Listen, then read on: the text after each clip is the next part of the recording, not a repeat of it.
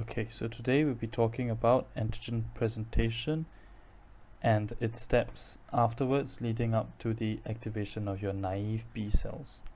So let's first define antigen presentation.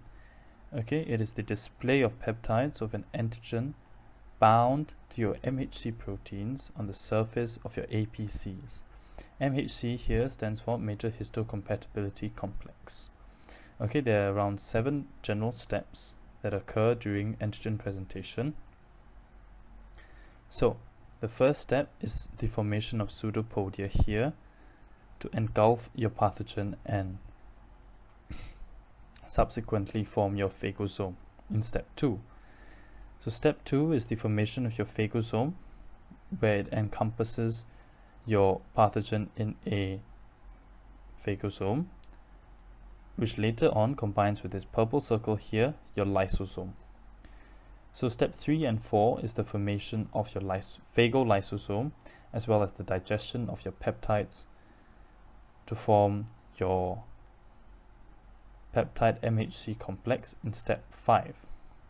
So the blue thing there is your peptide of your pathogen that has been digested, and the red thing here is your MHC protein.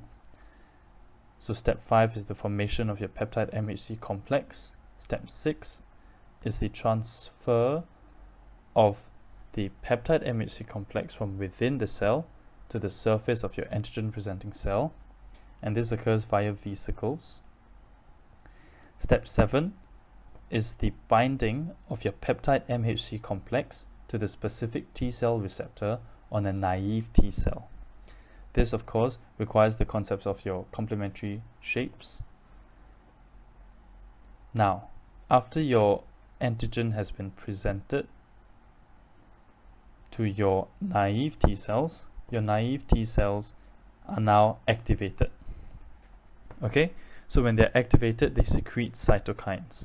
The purpose of this is to trigger these 2 steps. The first, clonal expansion, and the second, differentiation.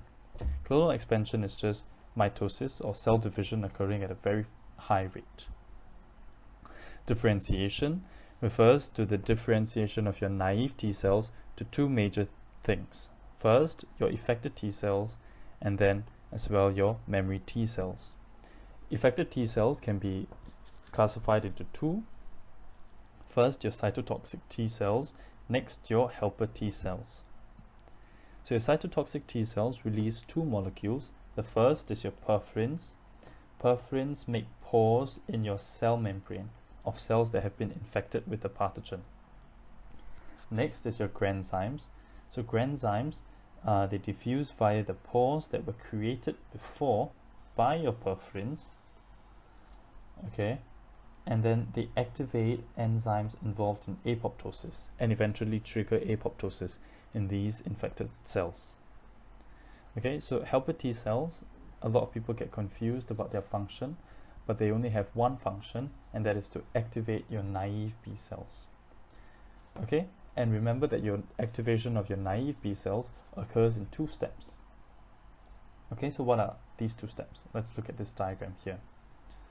So the left side of the diagram is step 1, the right side is step 2. Let's focus on step 1 first. So we see that we have an epitope of an antigen recognized by your antigen binding site of your B cell receptor. So this is talking about your B cell receptor interaction with your epitope. So this is your B cell receptor on your naive B cell reacting with your epitope of your pathogen. It then undergoes a process similar to what your antigen presenting cells go through, and eventually a peptide MHC complex forms on your B cell. So this structure here is very, very important. Let's keep that in mind while we go and look at step 2. Step 2 of the B cell activation is when your APCs recognize the epitope of your pathogen. So this is what we've talked about just before this. Okay, so your antigen presenting cells, they go through a series of steps and eventually they form this peptide MHC complex here. Okay, and then they interact with your naive T cells, eventually leads to the activation of your T cells. Okay, and then we zoom into effector T cells, and we further zoom into helper T cells. So this is the second step of your activation, and this is what's important.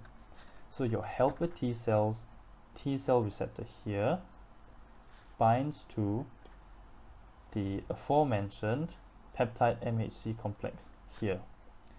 So when your helper T cell's specific T cell receptor binds to the peptide MHC complex on your B cell, does your B cell activate to become your to trigger clonal expansion and differentiation.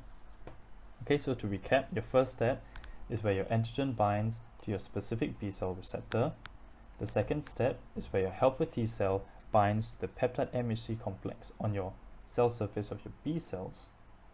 This then triggers clonal expansion, differentiation, and differentiation gives you two effector B cells, your memory B cells and your plasma cells. Your plasma cells are your antibody secreting plasma cells. So this has been the steps from antigen presentation all the way to your differentiation of your B cells.